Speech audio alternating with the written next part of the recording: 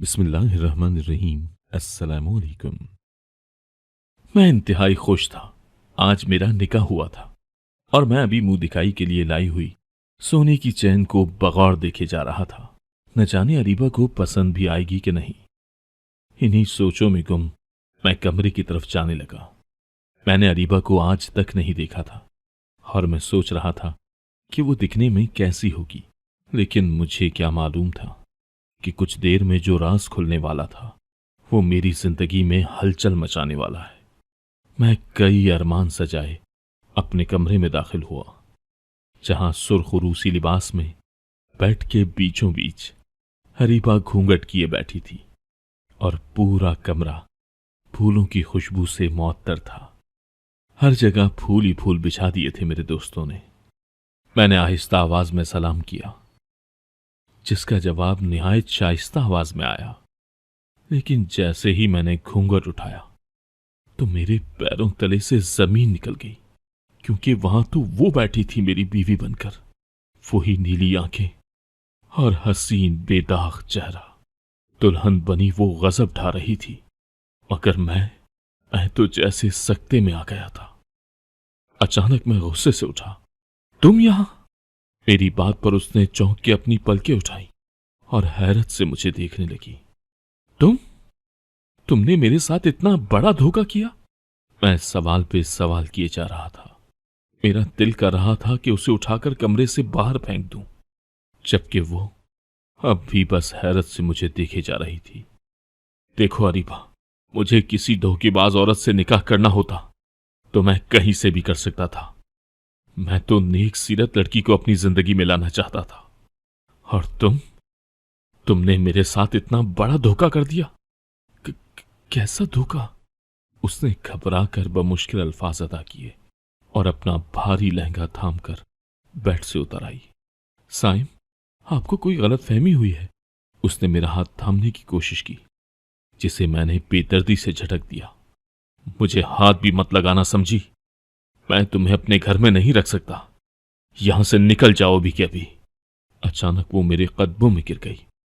खुदारा ये जुल्म न करे, मेरी बूढ़ी मां ये बर्दाश्त नहीं कर पाएगी। मुझे नहीं मालूम कि आप किस धोखे की बात कर रहे हैं, मगर मेरा यकीन करें, आपको कोई गलतफहमी हुई है। मैं तो उसने कुछ कहना चाहा और मैं उसे धक्का देकर कमरे से बाहर निकल आया। ये क्या हो गया था मेरे साथ? मैंने तो कभी किसी के साथ बुरा नहीं किया था, लेकिन आज मेरे साथ इतना बुरा कैसे हो गया? मैं जले पैर की बिल्ली की तरह यहां से वहां चक्कर काटने लगा। कभी सोचा भी न था कि नेकी का सिला ऐसे मिलेगा। मेरा नाम साइम अली है। मेरा इस दुनिया में कोई नहीं था, ना मां, ना बाप, ना भाई, ना बहन। एक यतीम खाने में परवरिश पाई और अपनी अनथक मेहनत से मैंने तालीम जारी रखी। मैं बचपन ही से पढ़ाई में बहुत अच्छा था, इसीलिए सारे असातिज़ा का चहीता था और मुझे हुकूमत की तरफ से वजीफा मिला करता था, जिसकी वजह से देखते ही देखते मैंने इस्लामियात में एमए कर लिया था और जल्द ही मुझे एक अच्छे कॉलेज में जॉब मिल चुकी थी। अब मैं बहुत खुश था। किराए पर अपना घर भी ले लिया, जहां शाम को मैं मोहल्ले के बच्चों को पढ़ाया करता था। जो फीस दे सकता था उससे लिया करता था और कुछ बच्चों को फ्री में भी पढ़ाया करता था, क्योंकि मुझे अपना बचपन अच्छे से याद था। मैं खाना होटल से खाया करता था, जिसकी वजह से मेरी तबीयत खराब रहने लगी थी। फिर एक दिन मेरे एक शागिर्द ने जब होटल की बची हुई रोटी को ललचाई नजरों से देखा तो मैंने गौर से उसे देखा। बाबर, खाना खाओगे? मैंने उसके चेहरे को देखते हुए पूछा, तो उसने झट से असबात में गर्दन हिलाई और वो बचा हुआ खाना जल्दी जल्दी खाने लगा। उसे इस तरह देखकर मैंने बाकी बच्चों को जल्दी छुट्टी देकर उसे रोक लिया। बाबर, आपने खाना नहीं खाया था? मैंने उसके सर पे हाथ रख के पूछा, तो वो बोला, नहीं सर, हम रोज खाना नहीं खाते। मेरी अम्मी लोगों के घरों में काम करती थी, तो वो बचा हुआ खाना लाया करती थी, मगर अब वो बाहर नहीं जा पाती, इसीलिए खाना भी मुश्किल से ही मिलता है। वो मासूमियत से बताता जा रहा था और मेरा दिल खून के आंसू रोने लगा। वो भी मेरी तरह यतीम ही था। मैंने कुछ सोचकर उसे कहा कि चलो अभी आपके घर चलते हैं, तो वो खुशी खुशी मुझे अपने घर ले गया, जहां उसकी माँ थी। बस मैंने उनसे कहा कि होटल का खाना खाता हूं तो तबीयत खराब रहती है और मेरे घर में कोई खातून नहीं है। तो आपके बेटे बाबर ने बताया कि आप बहुत अच्छा खाना बनाती हैं, तो आज से मैं आपको सारा सामान ला कर दूंगा, राशन वगैरह, और आप मुझे नाश्ता और दोपहर और रात का खाना बनाकर बाबर के हाथों भिजवा दिया करें। मेरी बात सुनकर उस गरीब औरत का चेहरा चमक उठा और उसने हामी भर ली। उसी दिन मैंने सारा राशन उनके घर डलवा दिया। लेकिन मुझे अब भी बहुत अफसोस हो रहा था कि मेरे पड़ोसी भूखे थे और मैं चैन की नींद कैसे सो रहा था। अब मेरा खाना बाबर लाकर दिया करता था और अब वो काफी खुश लगता था। जब पेट भरा हो तो हर कोई खुश रह लेता है। खाली पेट उस मासूम को मेरी कोई बात समझ में नहीं आया करती थी। फिर एक दिन बाबर ने कहा, सर, अम्मी ने कहा है कि उनकी जो बेगम साहिबा है ना, वो आई थी कल हमारे घर, और जब उनको मालूम पड़ा कि आप इस्लामियात के टीचर हैं तो वो भी अपने बच्चों को पढ़ाना चाहती हैं। वो जल्दी जल्दी बताने लगा, ठीक है बाबर, ले आना उनको कल। मैंने हंस के कहा तो वो खुश हो गया और दूसरे दिन ही एक औरत अपने बच्चों को मेरे पास ट्यूशन पढ़ाने के लिए लेकर आई। उसने बताया कि उसे बाबर की अम्मी ने बताया है, जो उनकी दूर की रिश्तेदार हैं। जब उस खातून ने अपना तारुफ करवाया तो मुझे मालूम हुआ कि वो तो मेरे दोस्त अकमल की बीवी है। मुझे बहुत हैरत हुई थी। मैंने पूछा अकमल के बारे में तो उन्होंने बताया कि वो बाहर होते हैं। वो औरत निकाब में थी, मगर उसकी नीली आंखें बहुत हसीन थीं। मैंने जल्दी से अपना सर झुका लिया और अकमल के बारे में पूछा तो उसने बताया कि उसे बहुत अच्छी जॉब मिल गई है। वो 2 साल से दुबई में है। अच्छा बहन, मेरा भी कई सालों से उससे राब्ता नहीं हो सका था। मैंने उन्हें बैठने का कहा, मगर वो जल्दी में थी और अपने बच्चों हसनैन और आरफा को मेरे पास छोड़कर चली गई। अब वो रोज अपने बच्चों को लाती और वापस ले जाया करती। पहले तो वो हमेशा अच्छे से बात किया करती थी, फिर कुछ दिन बाद मुझे महसूस होने लगा कि वो काफी परेशान सी रहा करती थी। जब भी बच्चों को लेने आया करती तो कुर्सी पर बैठ जाती और काफी देर तक बस यकटुक मुझे घूरा करती। उसकी इस आदत से मैं काफी परेशान रहने लगा था, मगर कुछ कह भी नहीं सकता था। फिर एक दिन अचानक उसने कहा, प्रोफेसर साहब, मुझे आपसे एक काम था। उनकी बात पे मैं चौंका। हाँ भाभी, कहिए, मैंने इंतहाई अदब से पूछा। लेकिन जो कुछ उनकी जबान से निकला वो मेरे होश उड़ाने को काफी था। उसने कहा, मुझे कोई ऐसा वजीफा बताएं कि अकमल मर जाए और मैं दूसरी शादी कर लूं। वो दीवार को घूरते हुए बोली और मेरे तो होश ही उड़ गए। भला कोई बीवी अपने शौहर के बारे में ऐसा कैसे कह सकती थी। मैंने बमुश्किल अपना गला साफ किया और कहा, देखें भाभी, आपकी बात सुनकर मुझे सख्त हैरत हो रही है। अकमल आपका शौहर है, आपके बच्चों का बाप है। आपको ये जेब नहीं देता कि किसी गैर मर्द से इस तरह की बात करें अपने शौहर के बारे में। मैंने जी कड़ा करके कह दिया था ताकि वो औरत होश के नाखून ले। मैंने उसे बहुत समझाया कि मियाँ बीवी में काफी झगड़े और मसाइल होते रहते हैं, मगर ऐसी बात कौन करता है भला। उस वक्त तो वो खामोशी से वापस चली गई, मगर चंद दिन बाद उसने फिर वही बात शुरू कर दी और मैं सर पकड़कर बैठ गया। मुझे बहुत अफसोस हो रहा था। अकमल मेरा इतना अच्छा दोस्त था। हम स्कूल से कॉलेज तक साथ थे। वो भी गरीब घराने से ताल्लुक रखता था और फिर अल्लाह ने अचानक उसके दिन फेर दिए और उसे अच्छी जॉब मिल गई और वो बाहर चला गया। अब उसकी फैमिली बहुत खुशहाल थी, मगर ये भाभी को अचानक क्या सूझी थी। मैं सोच सोच के थक गया था। एक शरीफ आदमी अपने घर वालों के लिए इतना कुछ कर रहा था, बीवी बच्चों से दूर था, और यहां उसकी बेगम क्या बातें कर रही थी। उसको मारने के मंसूबे बनाई जा रही थी। लेकिन ये बात मैं अकमल से भी नहीं कह सकता था। एक तो मेरा उससे कोई राब्ता नहीं था और दूसरा मैं ये नहीं चाहता था कि मियाँ बीवी में कोई झगड़ा हो मेरी वजह से। लेकिन मैं भाभी की बातों से काफी परेशान था और अब वो रोज ही इसरार करती थी। फिर एक दिन मुझे ख्याल आया। मैंने पानी पे काफी सारे वज़ाइफ पढ़कर दम किए और भाभी को दे दिया और कहा, ये पानी आप रोज पिया करें, तब आपका जो दिल चाहता है वो काम हो जाएगा। मेरी बात सुनकर वो खिल उठी और खुशी खुशी वो बोतल ले ली और वहां से चली गई बच्चों को लेकर। मैंने दिल में दुआ की कि काश भाभी को अकल आ जाए। इस तरह कौन करता है भला? ऐसी बातें मैंने पहले कभी नहीं सुनी थी। खैर, इसी तरह मैं अपने कामकाज में मसरूफ जिंदगी गुजार रहा था। एक दिन भाभी बच्चों को लेने आई तो उनके हाथ से हसनैन का बैग छूट कर गिर गया और जब उन्होंने उसे उठाना चाहा तो उसी वक्त उनका निकाब खुल गया और उनका बेदाग हसीन चेहरा ऐसे नजर आया जैसे बादलों से चांद निकलता है। मैं बेध्यानी में उनके चेहरे की तरफ देखता ही रह गया, लेकिन भाभी ने जल्द ही अपना निकाब सेट कर दिया और बच्चों को लेकर चली गईं। ये पहली बार था जब मैंने उनका चेहरा देखा था और शायद आखिरी बार भी, क्योंकि उस दिन के बाद वो ना आई और ना ही बच्चे आए। फिर मुझे किसी ने बताया कि वो लोग यहां से शिफ्ट हो चुके हैं। मुझे भी सुकून हो गया कि शायद वो अपने शौहर के पास दुबई चली गई होंगी। अच्छा है, अब वो दोनों एक साथ खुश रहें। मैंने उनके लिए बहुत दुआ की। अब मैं सेटल हो चुका था। हर कोई मुझे मशवरा दिया करता था कि घर बसा लो। कई लोगों ने तो रिश्ते भी बताए थे, मगर मेरा दिल न माना और एक दिन मैं बाबर की वालदा के पास गया और उनसे कहा कि भाभी, मेरे लिए किसी अच्छी शरीफ लड़की का रिश्ता अगर आपकी नज़र में हो तो बताइएगा, लेकिन मेरी एक शर्त है कि लड़की किसी गरीब खानदान से हो जिसका रिश्ता ना हो पा रहा हो गुर्बत की वजह से।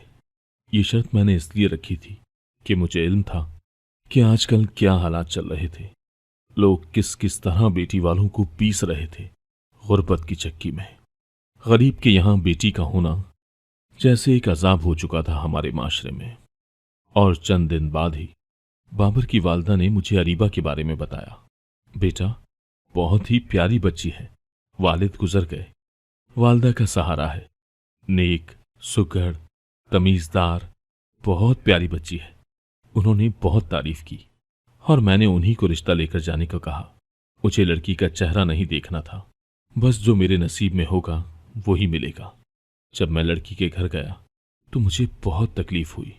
उनके घर में एक ही चारपाई थी जहां अरीबा की वालिदा लेटी हुई थी और मेरे लिए पड़ोस से कुर्सी मंगवाई गई थी, जबकि बाबर की अम्मी लड़की की वालिदा के साथ चारपाई पे बैठ गई थी।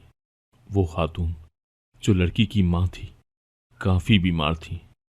उनको अपनी बच्ची की फिक्र थी और मैंने बिना सोचे समझे 2 दिन बाद निकाह का कह दिया। और खाला, मुझे कुछ भी नहीं चाहिए। मेरे पास अल्लाह का दिया हुआ सब कुछ है। आप भी हमारे साथ ही रहेंगी, वरना आपका कौन ख्याल रखेगा? मेरी बात सुनकर खाला रोने लग गई। बेटा, अल्लाह तुम्हें सलामत रखे, तुम्हें इसका अजर मिलेगा।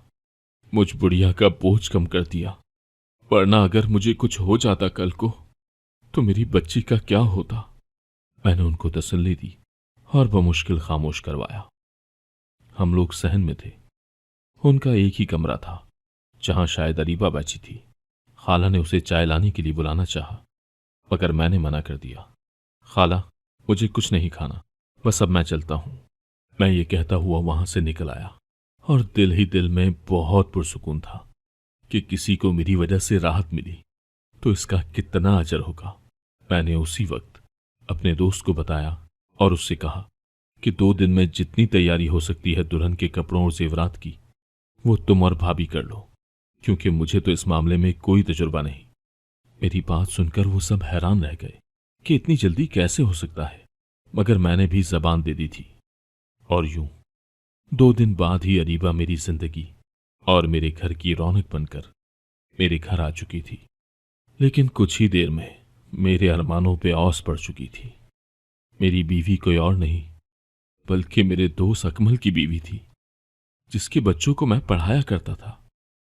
न जाने उसने अकमल के साथ क्या किया था कि आज मेरी दुल्हन बन बैठी थी। मुझे उससे घिन आ रही थी। मेरा पूरा जिस्म एक अनदेखी आग में जल रहा था। मैं उसी वक्त अपने घर से बाहर निकल आया और अपनी गाड़ी में बैठकर बहुत तेज रफ्तारी से सड़क पर निकल आया था। मुझे अपना दम घुटता हुआ महसूस होने लगा था। क्या मेरे लिए यही औरत रह गई थी? मुझे कोई हसीन बीवी नहीं चाहिए थी, सिर्फ एक नेक सीरत बावफा साथी की तलाश थी। और मुझे मिली तो एक ऐसी औरत जो अपने शौहर की जान की दुश्मन थी। न जाने उसने अपने बच्चे कहाँ किए थे, कहीं उनको भी तो जान से मार तो नहीं दिया। यह ख्याल आते ही मेरी रूह कांप गई थी। मैं थक हार कर वापस आ चुका था, लेकिन अपने कमरे में नहीं गया। सीधा गेस्ट रूम में चला आया और दरवाजा लॉक कर दिया। अब मैं क्या कर सकता था? उसकी बूढ़ी मां भी मेरे ही घर में थी। अगर शोर मचाता तो उसे भी इल्म हो जाना था, लेकिन ऐसा तो नहीं हो सकता कि उसकी मां बेखबर हो। जाहिर है वो भी इस राज को जानती होंगी। भला उसकी बेटी का पहला शौहर और बच्चे। अब मेरा दिमाग फटने लगा था। मैंने सुकून की गोली मुंह में डाली और निकल गया। घर वापस आते हुए नींद की गोली लेकर आया था। सुबह 9 बजे मेरी आंख खुली तो मुझे पहले तो कुछ याद ही न था कि मैं गेस्ट रूम में क्यों हूं, और फिर सब कुछ याद आने लगा। मैं थके हुए कदमों से बाहर निकला, जहां रीबा किचन में खड़ी नाश्ता बना रही थी। उसे देखकर मेरे तन बदन में आग लग गई। मैं जल्दी से उसके करीब गया और उसका बाजू पकड़ के अपनी तरफ घुमाया। ये जो तुम इस घर पे कब्जे का सोच रही हो ना, ये मैं कभी नहीं होने दूंगा, समझी? मैंने दबी हुई आवाज में कहा था कि उसकी मां न सुन सके। उसका हसीन चेहरा काफी उदास था। मुझे इस घर पे कब्जा करना भी नहीं है साइम साहब। जो लड़की अपने शौहर का दिल न जीत सके वो अभागन कहलाती है, और शायद मैं भी अभागन ही हूं। लेकिन आपसे बस इतनी सी इल्तिजा है कि मेरी मां के मरने तक सब्र कर लें। उनकी तबीयत बहुत खराब रहती है। कैंसर का लास्ट स्टेज है। डॉक्टर ने भी जवाब दे रखा है, पर मुश्किल 1-2 माह निकाल पाएंगी बस। इतने अरसे तक मुझे बर्दाश्त कर ले। उसने मेरे सामने अपने हाथ जोड़े। उसकी नीली आंखों में पानी भर चुका था। न जाने क्यों मैं खामोश सा हो गया और वहां से चला आया। ये लड़की, आखिर क्यों मुझे इस पर तरस आने लगा है? नहीं नहीं, ये इस काबिल नहीं कि इसे माफ किया जाए। अगर ठीक है, जब तक इसकी मां जिंदा है तब तक इसे मौका देता हूं। वैसे भी मैं काफी नर्म दिल था। मुझसे किसी की तकलीफ और दुख बर्दाश्त ही नहीं होता था, और मैंने फैसला कर लिया था कि फिलहाल इसे घर से नहीं निकालूंगा। मैं ज्यादातर घर से बाहर रहने लगा था। और फिर एक दिन मुझ पर एक और हैरत का पहाड़ टूटा। अरीबा को अकमल के साथ देखा, जो उस वक्त निकाह किए हुए थी। पहले तो अकमल को जिंदा देखकर मुझे इत्मीनान हुआ। जो खदशात मेरे दिलो दिमाग में थे वो दम तोड़ चुके थे। लेकिन जैसे ही याद आया कि अब वो मेरी बीवी थी तो मेरा खून खौल उठा था। मेरे निकाह में होते हुए वो अब भी अपने साबिका शौहर से मुलाकातें कर रही थी। मैं तेज तेज कदम उठाता उन तक पहुंचा और अरीबा का हाथ पकड़कर उसे खींचा। अब तू यहां अपने साबका शौहर के साथ बैठी है, तो मेरी जिंदगी बर्बाद करने की क्या जरूरत थी? मेरे इस तरह चिल्लाने पर वो दोनों हक्का बक्का हो गए थे। साइम, तुम यहां? और ये सब क्या है? अपनी भाभी का हाथ छोड़ो। अकमल ने मुझे दूर किया। ये तुम्हें मारना चाहती थी अकमल, और अब ये मेरी बीवी है। ये मुझे मार देगी। न जाने क्यों मैं रो पड़ा था। लेकिन इससे पहले कि अकमल मेरी बात पूरी सुनता, वो अरीबा को वहां से खींचता हुआ जल्दी से ले गया। मैं बस उनको बेबसी से जाता देख रहा था। सब लोग अजीब नजरों से मुझे देखे जा रहे थे। मैंने भी वापसी की राह ली। मैं जैसे ही घर पहुंचा तो वहां अरीबा और अकमल बैठे थे। अरीबा आंसू बहाए जा रही थी, जबकि अकमल उससे माफी मांग रहा था। तुम्हारी जुर्रत कैसे हुई मेरे घर में घुसने की? मैं चिल्लाया तो वो दोनों चौंक गए। अरीबा का चेहरा सफेद पड़ चुका था। साइम, मेरी बात सुनो। मैं तुम्हें सब सच बताता हूं। मैंने अपनी पसंद से शादी की थी, और अल्लाह ने मुझे बेटा और बेटी दोनों से नवाजा था। फिर मैं दुबई चला गया। मैं वापस नहीं आ पाता था। बहुत टफ जॉब थी। फिर एक दिन अम्मा ने बताया कि मेरी बीवी को अचानक पागलपन के दौरे पड़ने लगे हैं, और वो कभी कभी बच्चों को बुरी तरह पीटने लगती थी। मैं बहुत परेशान था। मैंने अम्मा के पास बहुत सारी रकम भिजवाई कि वो मेरी बीवी का इलाज करवाएं, मगर अम्मा ने बताया कि डॉक्टर ने जवाब दे दिया है। उसकी हालत दिन ब दिन बिगड़ती जा रही है, और कहीं वो बच्चों को नुकसान न पहुंचा दे। इसी खौफ से उन्होंने उसकी खाला को कहलवाया था कि उसे ले जाएं, लेकिन खाला की जगह उसकी खालाजाद बहन अरीबा उसे लेने आई थी। तुमने एक दिन निकाब हटने की वजह से जो चेहरा देख लिया था वो मेरी बीवी अक्सा नहीं बल्कि अरीबा थी। उस दिन वो बच्चों को लेने आई थी अक्सा का अबाया पहनकर, और तुमने उसे मेरी बीवी समझ लिया। अरीबा अक्सा को अपने साथ ले गई। अरीबा अक्सा को अपने साथ ले गई थी जहां अक्सा की तबीयत कुछ ठीक होने लगी, और मैं भी किसी न किसी तरह वापस आ गया था। अम्मा ने मेरी दूसरी शादी का बंदोबस्त कर दिया था अपनी भांजी से, लेकिन जब मैं अक्सा से मिलने खाला के घर गया तो मैंने देखा कि वो बिल्कुल ठीक थी और मेरे और बच्चों के लिए तड़प रही थी। वो ठीक इसीलिए हुई थी क्योंकि अरीबा ने अम्मा की दी हुई मेडिसिन उसे नहीं दी थी और एक दूसरे डॉक्टर को दिखाया था जिसने बताया कि अक्सा को जानबूझ के पागल किया जा रहा था। उसे इस तरह की मेडिसिन दी गई थी। जिस वक्त अक्सा ने तुमसे मेरे मरने के बारे में बात की थी वो उस वक्त अपना जहनी तवाजुन तकरीबन खो चुकी थी। वो तो अरीबा की मेहरबानी है कि उसने मुझसे कांटेक्ट किया और मैं जल्द वापस आ गया। ये सब मेरी मां का किया धरा था। उन्होंने जानबूझकर इसे पागल करना चाहा, और आज जिसको तुमने देखा वो मेरी बीवी अक्सा थी और ये अरीबा है, मेरी बीवी की खालाजाद बहन। अक्सा और अरीबा की माएं जुड़वां थीं और वो एक जैसी दिखा करती थी, लेकिन इन दोनों की शक्ल में इतनी मुमासलत नहीं है। बस आंखें एक जैसी हैं, नीली, और उनकी वालदा की आंखें भी देखी होंगी तुमने, वो भी नीली है। उसकी बातें सुनकर मेरा सर चकराने लगा था। ये सब वो क्या बता रहा था? क्या ये सब सच था? उसी वक्त अकमल ने पुकारा, अक्सा, और अंदर से जो लड़की बाहर आई उसने निकाब कर रखा था। वो तो अरीबा ही थी। फिर ये सब कैसे? मैं दोनों को गौर से देखने लगा। मुझे कुछ समझ नहीं आ रहा था। फिर अकमल ने मुस्कुराकर अपनी बीवी से कहा, अक्सा, अपना निकाब उतार दो। जैसे ही उसने अपना निकाब उतारा तो मैं दंग रह गया। उसका चेहरा बिल्कुल अलग था। वो अरीबा नहीं थी, बस आंखें बिल्कुल एक जैसी थी। मैं कुछ ना बोल पाया, बस पागलों की तरह अरीबा को देखे जा रहा था, जो गुलाबी रंग के ड्रेस में गुलाब का फूल लग रही थी। अगर अब भी उसकी आंखों में आंसू थे।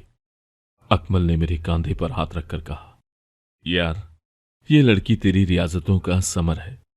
मैंने आज तक इस जैसी बाहया और बाकिरदार लड़की नहीं देखी। बस इसकी कदर करना। जो कुछ हुआ बहुत बुरा हुआ। बस सबसे अच्छा ये हुआ कि जल्द ही हमारी मुलाकात हो गई, वरना मैं तो पाकिस्तान आना ही नहीं चाहता था। बस अम्मा की तबीयत खराब हुई और हम दोनों चंद दिन पहले ही पाकिस्तान आए हैं। रेस्टोरेंट में मैं तुझे कुछ ना बता पाया क्योंकि अब भी अक्सा पुरानी बातों को याद करके अपसेट हो जाया करती है। अब भी इसका इलाज चल रहा है, बस दुआ करना। अकमल जा चुका था और मैं मन भर के कदम उठाता अरीबा तक पहुंचा था, जो सोफे के कोने पर बैठी आंसू बहाए जा रही थी। मैं उसके करीब नीचे बैठ गया और हाथ जोड़ के उससे माफी मांगने लगा। मुझे इस तरह देखकर वो तड़प गई। साइम, ये आप क्या कर रहे हैं? वो भी मेरे साथ नीचे बैठ चुकी थी और मैं किस मुंह से माफी मांगता? मैंने तो उसे कुछ कहने सुनने का मौका ही नहीं दिया था, मगर वो इतने बड़े दिल की थी कि उसने मुझे माफी मांगने से पहले ही माफ कर दिया। आप तो मेरे सर का ताज है साइम, आपको मेरे कदमों में नहीं बैठना चाहिए। वो मुस्कुरा रही थी। लेकिन अरीबा, मैंने जो कुछ किया वो... उसने मेरे मुंह पर हाथ रख दिया। वो सब एक गलतफहमी का नतीजा था और कुछ नहीं। बस हमें तो शुक्र करना चाहिए कि बहुत कुछ बुरा होने से बच गया। उसकी फराख दिली देखकर मैंने दिल में सोचा, वाकई ये लड़की मेरी उम्र भर की रियाजतों का समर है। और मैंने अरीबा को थाम कर उठाया। चलो अरीबा, अपने रब का शुक्राना अदा करें कि हम आज भी एक दूसरे के साथ हैं। और वो आसूदगी से मुस्कुराती। अगर आपको आज की कहानी पसंद आई है तो वीडियो को जरूर लाइक कीजिएगा और अपने दोस्तों के साथ भी शेयर कीजिएगा। और हाँ, अगर आपने अभी तक हमारा चैनल सब्सक्राइब नहीं किया तो जरूर सब्सक्राइब करें। मिलते हैं कल एक नई और दिलचस्प कहानी के साथ। अल्लाह हाफिज।